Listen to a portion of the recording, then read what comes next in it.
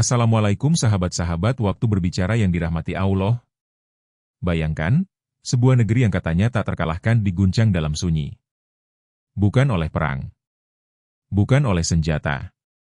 Tapi oleh nafas bumi yang menderu dari dalam tanah. Saat langit memerah, dan suara tak kasat mata menggema di dinding rumah. Seorang anak kecil berdiri mematung, menatap ayahnya terkubur di balik puing masjid yang runtuh.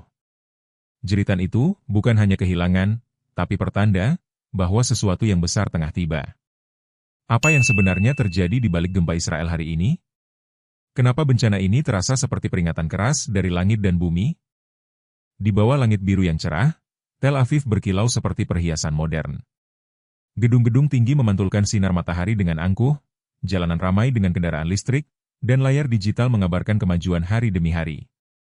Yerusalem, kota suci yang telah menjadi titik sejarah dunia, kini berdandan futuristik, melupakan jejak-jejak tanah suci yang dulu dibasahi doa dan air mata. Israel telah menjelma menjadi raksasa teknologi dan kekuatan militer. Mereka menatap ke depan, bukan ke langit. Tapi sesuatu diam-diam mulai hilang. Rumah-rumah ibadah perlahan kosong. Tak ada lagi suara zikir atau lantunan kitab suci yang menggetarkan malam. Anak-anak lebih fasih dengan algoritma daripada doa. Orang tua lebih percaya pada data dibandingkan dengan harapan. Doa menjadi simbol masa lalu, dan spiritualitas dianggap kuno. Para pejabat tersenyum dalam pidato, membanggakan kekuatan pertahanan, menyombongkan sistem pertahanan udara yang mampu menangkis segala ancaman. Mereka bangga pada kecerdasan buatan yang mengawasi langit dan daratan, bangga pada satelit yang menembus awan. Tapi tak seorang pun sadar, bahwa yang mereka abaikan justru sedang menggeliat pelan di bawah kaki mereka. Sementara semua orang menatap ke depan, bumi menahan nafasnya. Di Haifa, di sebuah laboratorium kecil, seorang profesor tua bernama Eliyahu menatap layar seismograf yang berkedip tak beraturan. Ia tidak sedang melihat guncangan dari luar. Ini bukan serangan, bukan rudal, bukan aktivitas militer. Ini dari dalam. Layar itu berbicara dalam bahasa yang tak banyak orang mau dengar. Bumi telah mulai bergumam. Eliyahu menyandarkan tubuh tuanya ke kursi. Napasnya pendek, tapi sorot matanya tajam. Ia tahu ini bukan sekadar anomali. Tapi siapa yang akan percaya pada seorang ilmuwan tua yang dianggap sudah tak relevan dengan dunia baru yang gila teknologi? Di Yerusalem, seorang anak kecil berdiri di halaman rumahnya, menatap tanah sambil bertanya pada ibunya, "Mengapa bumi seperti marah, Ibu?" Sang ibu hanya tersenyum. Ia tak tahu. Dan ia tak ingin tahu. Dari atas, langit tampak tenang. Tapi di kedalaman bumi, sesuatu bergerak perlahan. Bukan tangan manusia. Bukan mesin. Tapi napas purba yang terlupakan.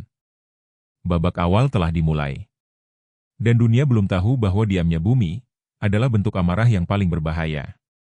Di sebuah ruang kerja sempit di Universitas Haifa, Profesor Eliyahu duduk di antara tumpukan buku tua dan kabel kusut. Matanya yang lelah menatap layar monitor yang terus berkedip. Garis grafik seismik naik turun tak beraturan, bukan karena getaran biasa. Ini bukan gempa yang dikenal umat manusia. Polanya ganjil, berulang, seperti detak jantung yang mulai terganggu iramanya. Eliyahu menyimpan semua data itu dalam disket cadangan. Berkali-kali ia mengirim laporan ke Kementerian Sains, ke lembaga pertahanan, bahkan ke stasiun televisi lokal. Tapi jawabannya selalu sama. Terima kasih atas informasinya, kami akan menindaklanjuti. Tidak ada satupun yang benar-benar membaca. Pada saat yang sama, langit mulai berubah. Di atas Danau Galilea, awan merah muda keunguan menggulung seperti kabut darah. Seorang nelayan tua mengangkat jaringnya dan mendapati puluhan ikan terapung, mati tanpa luka. Air danau tak lagi jernih. Rasanya asin, katanya. Padahal air itu dulunya tawar. Di Nazaret, seorang petani kaget melihat ladangnya kering semalam suntuk. Akar-akar pohon seperti tertarik ke dalam tanah, seolah bumi sedang menarik napas dalam-dalam. Dan pada malam keempat setelah data aneh itu muncul, terjadi hujan yang tak pernah mereka kenal. Butiran air jatuh seperti kaca, tidak membakar kulit, tapi membuat rumput menguning dalam semalam. Langit tampak terlalu dekat. Burung-burung tak lagi terbang ke arah barat, melainkan diam, bertengger, menatap tanah. Lalu datang suara itu. Pertama hanya samar. Seperti deru mesin sangat jauh di bawah tanah. Tapi semakin malam, semakin dalam. Di kota Safed, Seorang anak tuli menangis dan menunjuk lantai rumahnya. Ia tak bisa mendengar suara, tapi katanya, bumi seperti memanggil namanya dari bawah. Di sinagog tua yang hampir tak terjamah, lampu gantung bergetar pelan. Tak ada angin. Tak ada manusia. Tapi debu jatuh dari langit-langit. Di dindingnya, sebuah retakan tipis merambat seperti akar pohon yang mencari jalan keluar. Profesor Eliyahu menulis pesan terakhir di jurnalnya, bukan angin yang akan menggoyang kota ini, tapi napas bumi yang lama ditahan. Namun tak ada yang melihat jurnal itu. Tak ada yang mendengar. Semua terlalu sibuk menyusun rencana masa depan, membangun sistem pertahanan, mengembangkan satelit baru. Mereka pikir langit akan memberi peringatan. Mereka lupa bahwa terkadang, bumilah yang lebih dulu bicara. Di kota kecil Tiberias, seorang anak laki-laki bernama Yonatan terbangun di tengah malam, tubuhnya basah oleh keringat. Ia bermimpi tanah retak dan menelan seluruh keluarganya. Itu sudah ketiga kalinya dalam seminggu. Ibunya menganggapnya mimpi buruk biasa, tapi anehnya, semua anak di lingkungan itu mulai mengalami mimpi serupa.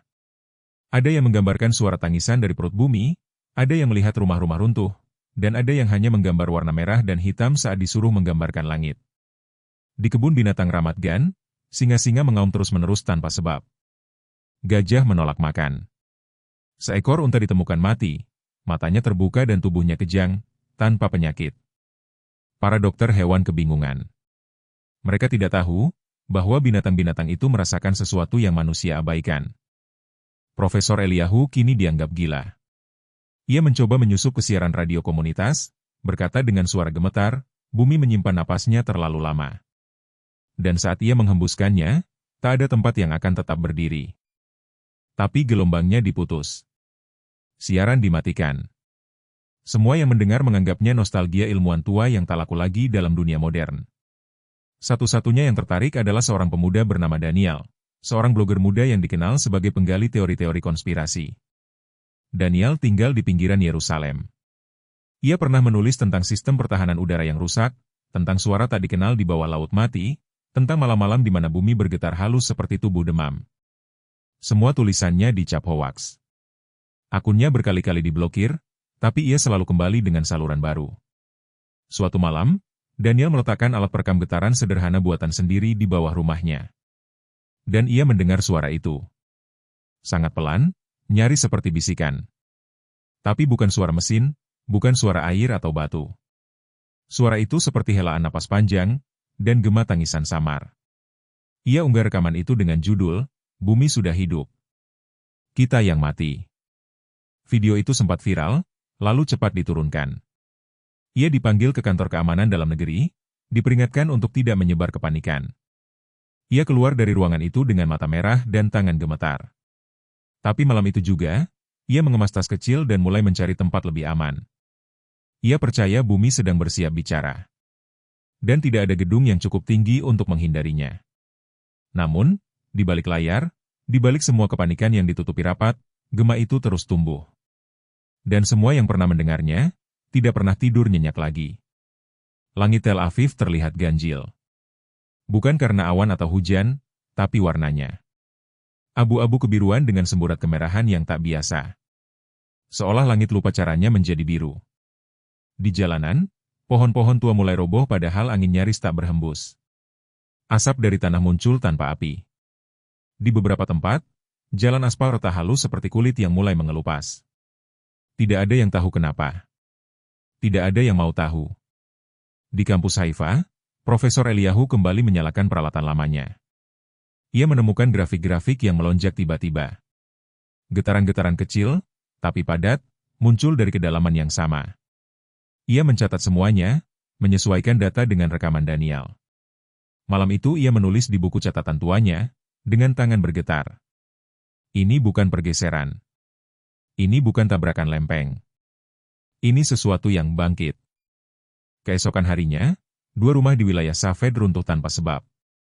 Tidak ada ledakan, tidak ada gempa. Bangunannya seperti ambruk oleh tekanan tak terlihat dari bawah. Warga bingung, polisi datang, ahli struktur diperiksa. Semua pulang tanpa jawaban. Di kota kecil Beersheba, seorang anak sekolah mencoretkan gambar bumi terbelah, darah mengalir dari tengahnya. Guru menyita buku itu dan memanggil orang tuanya.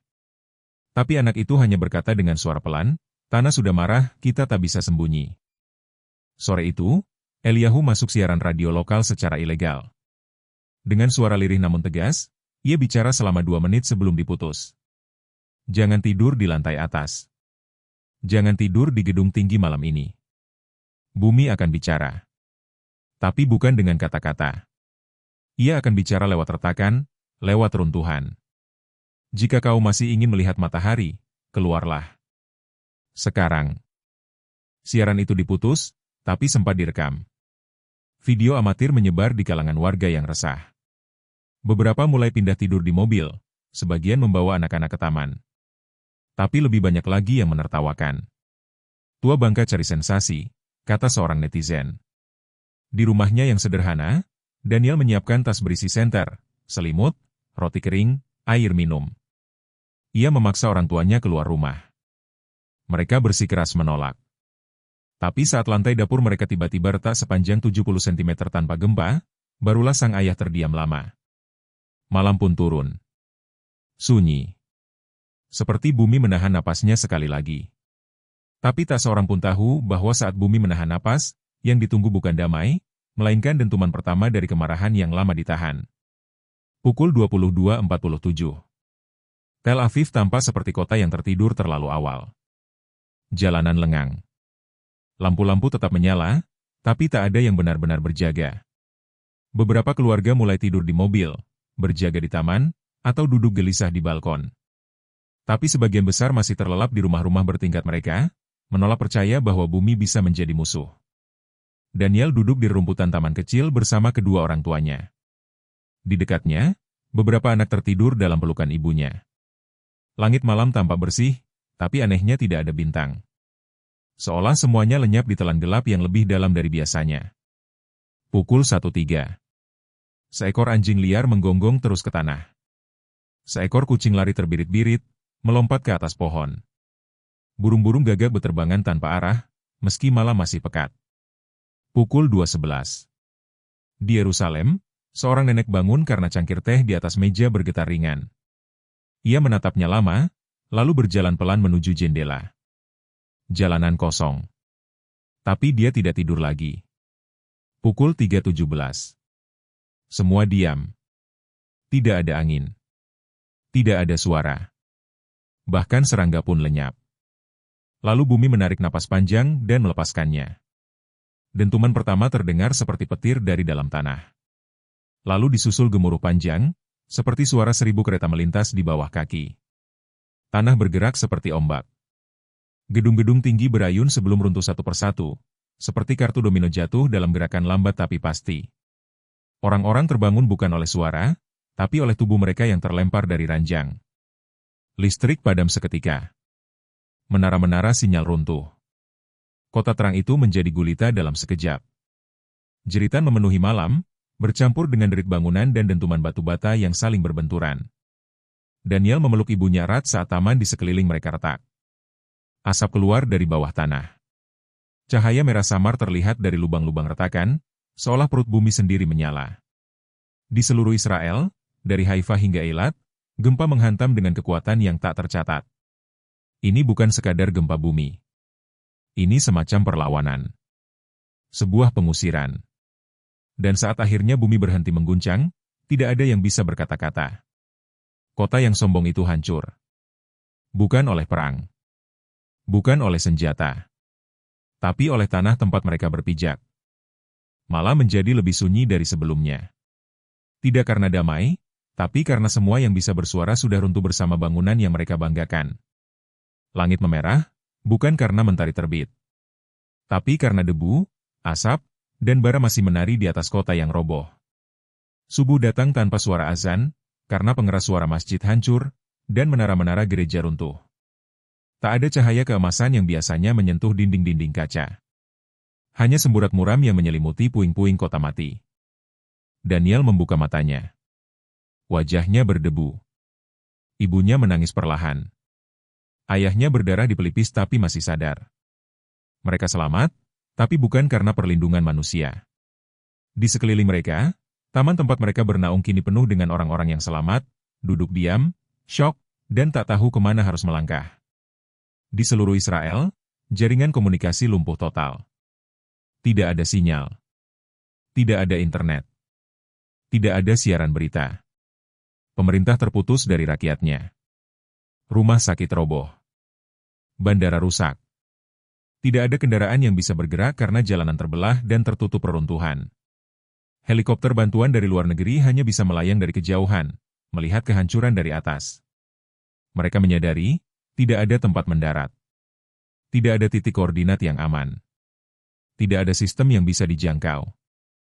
Seolah negeri ini menghilang dari peta dunia, berubah jadi hamparan luka yang tak tersentuh. Di Haifa, Profesor Eliyahu duduk sendiri di reruntuhan laboratoriumnya. Matanya kosong menatap alat-alat yang dulu canggih, kini hanya besi bengkok tak berguna. Ia mencatat semuanya dalam buku catatannya yang sobek. Tangannya gemetar, tapi tetap menulis. Ia tahu ini bukan sekadar bencana. Ini adalah peringatan yang terlambat. Di jalanan Yerusalem, ada sosok-sosok berjalan tanpa tujuan. Mereka memanggil orang yang sudah tiada. Mereka menjerit di hadapan dinding batu yang dulu kokoh, kini hanya debu. Mereka mencoba menggali dengan tangan kosong, mencari anak, pasangan, atau orang tua yang terkubur. Wajah kota tak bisa dikenali. Tidak ada tanda. Tidak ada arah. Bahkan GPS tidak lagi berfungsi. Bau asap, darah, dan tanah basah memenuhi udara. Langit tetap kelabu. Seakan mentari pun enggan terbit menyaksikan apa yang tersisa. Di antara reruntuhan, sebuah truk pemadam kebakaran yang terbalik menjadi tempat berteduh. Beberapa anak menangis di bawahnya. Seorang sukarelawan berbagi air dari botol terakhirnya, membasahi bibir bayi yang hampir tak bergerak. Dan ketika malam mendekat kembali, banyak yang mulai sadar mereka tidak sedang menunggu pertolongan. Mereka sedang ditinggal. Hari ketiga pasca gempa. Langit tetap muram, seakan bumi belum selesai berbicara. Di tengah reruntuhan kota yang diam, langkah-langkah manusia terdengar ragu, seperti takut menambah luka yang belum kering. Daniel berjalan perlahan bersama ayah dan ibunya. Wajah mereka tak menunjukkan arah, hanya ketakutan yang terus bertumpuk. Tidak ada makanan. Tidak ada listrik. Tidak ada pengumuman. Kota ini seperti hilang dari ingatan dunia. Tapi justru dalam keheningan ini, mereka mendengar sesuatu yang asing, suara adzan. Sayup. Terputus-putus. Dari jauh. Mereka mengikuti suara itu. Bukan untuk salat, awalnya. Hanya ingin tahu, apakah masih ada manusia yang sanggup bersuara di tengah kehancuran. Yang mereka temukan adalah musola kecil, temboknya retak, atapnya terbuka, tapi sajadah masih digelar. Seorang lelaki tua dengan jenggot putih berdiri di tengahnya. Suaranya lirih, tapi hatinya penuh. Air matanya jatuh bersamaan dengan lafaz sholawat yang ia ucapkan. Beberapa orang datang, berdiri, lalu duduk. Tidak salat. Hanya diam. Melihat. Lalu menangis. Di tempat lain, gereja kecil yang selamat dari roboh menjadi tempat berkumpul mereka yang kehilangan keluarga. Tapi tak ada misa, tak ada liturgi. Hanya nyanyian lirih dari perempuan tua yang menggenggam salib retak di tangannya, bergetar, seolah meminta izin untuk menangis lebih keras. Profesor Eliyahu akhirnya bicara kepada dirinya sendiri di depan kamera ponsel yang sudah tak bisa mengirimkan sinyal. Kami telah membangun menara dari kaca, tapi melupakan tanah yang menopangnya. Kami percaya pada sensor dan sistem, tapi melupakan doa-doa nenek kami. Ia menunduk. Kemeja putihnya kini coklat berdebu. Di belakangnya, reruntuhan laboratorium jadi saksi bisu kegagalan sains yang kehilangan arah. Orang-orang yang dulu menertawakan Daniel kini mencarinya. Mereka bertanya apakah ia tahu kemana harus pergi, di mana tempat aman. Daniel hanya menunjuk ke langit. Bukan karena ia tahu jawabannya, tapi karena hanya disitulah kini harapan digantung. Seorang wanita tua di Yerusalem duduk di atas potongan beton. Ia memeluk bingkai foto anaknya yang tertutup debu. Suaranya nyaris tak terdengar ketika ia berkata, "Kami kira kami kuat. Tapi bahkan tanah tempat kami berdiri menolak kami." Lelaki-lelaki yang dulu membanggakan senjata kini menggenggam tasbih. Anak-anak yang dulu bermain gawai kini menunduk memeluk lututnya sendiri. Rumah ibadah yang dulunya kosong kini menjadi tempat yang dicari, bukan untuk tempat tinggal, tapi untuk bersujud. 7 hari sejak malam bumi menggeliat dan menelan kesombongan manusia. Di antara lapisan debu, tangisan, dan puing-puing yang tak lagi bisa dihitung, sebuah rumah kecil berdiri utuh. Terletak di pinggiran desa kecil bernama Tsipori, rumah itu terlihat biasa. Dindingnya batu tua. Atapnya seng. Tak ada pagar besi, tak ada kamera pengawas. Namun ada sesuatu yang tak biasa di dalamnya. Kakek tua berjubah lusuh duduk di tengah ruangan. Mukanya tenang. Bibirnya bergetar melafazkan sholawat tanpa henti. Ia tidak pernah meninggalkan salat, bahkan ketika dentuman gempa mengguncang malam itu. Ia hanya bersujud. Dan rumah itu tidak bergeming. Orang-orang mulai datang. Pertama 2 anak yang menangis di jalan. Lalu seorang ibu yang kehilangan arah. Lalu 16 orang lainnya, keluarga yang terpisah, lelaki muda yang selamat dari reruntuhan masjid, dan seorang mantan tentara yang kini membawa kitab kecil di tangannya. Mereka tidak datang karena rumah itu kokoh. Mereka datang karena di sana mereka merasa hidup. Kakek itu tidak banyak bicara. Ia hanya menyambut siapapun yang datang dengan senyum dan segelas air dari kendi tanah liat yang entah bagaimana masih terisi. Ia tak memberi nasihat. Ia hanya menunjukkan arah kiblat. Seseorang bertanya, mengapa rumah ini tidak roboh? Kakek itu hanya menjawab pelan, karena yang dijaga oleh langit tak bisa disentuh oleh bumi. Malam-malam berikutnya, suara doa terdengar dari rumah itu. Bukan hanya dari mulut sang kakek, tapi dari mereka yang datang tanpa iman dan kini belajar menangis dalam sujud. Rumah itu tak berubah menjadi tempat perlindungan fisik. Tidak ada logistik. Tidak ada selimut hangat. Tapi mereka tinggal, karena jiwa mereka mulai menemukan tempat kembali. Daniel duduk di serambi rumah, menatap langit yang kini tampak lebih jujur. Tidak ada sinyal, tidak ada koneksi. Tapi ada sesuatu yang lebih kuat, bisikan yang tak terdengar namun menusuk ke dalam dada. Mereka sadar, bukan gempa yang mengubah hidup mereka, tapi kesunyian setelahnya. Di sanalah mereka mendengar suara langit. Dan dari celah runtuhan dunia yang mereka bangun dengan kesombongan, cahaya itu mulai menyelinap masuk. Bukan cahaya dari listrik, tapi dari hati yang dulu beku, kini mulai mencair. Bukan untuk membangun kembali kota yang megah, tapi untuk membangun diri yang selama ini mereka tinggalkan. Sahabat-sahabat, waktu berbicara yang dirahmati Allah, begitulah akhir dari kisah tragis yang mengguncang tanah, langit, dan hati manusia. Bukan sekadar cerita tentang gempa, tapi tentang kesombongan yang dilumat oleh takdir, dan jiwa-jiwa yang akhirnya kembali mencari cahaya. Semoga cerita ini menjadi pengingat dalam diammu, bahwa bumi pun bisa bersuara saat langit telah bicara. Jika kisah ini menyentuh hatimu, jangan lupa untuk like, tuliskan komentar, dan subscribe channel Waktu Berbicara, agarmu tidak ketinggalan kisah-kisah penuh hikmah dan renungan berikutnya. Sampai jumpa di cerita selanjutnya.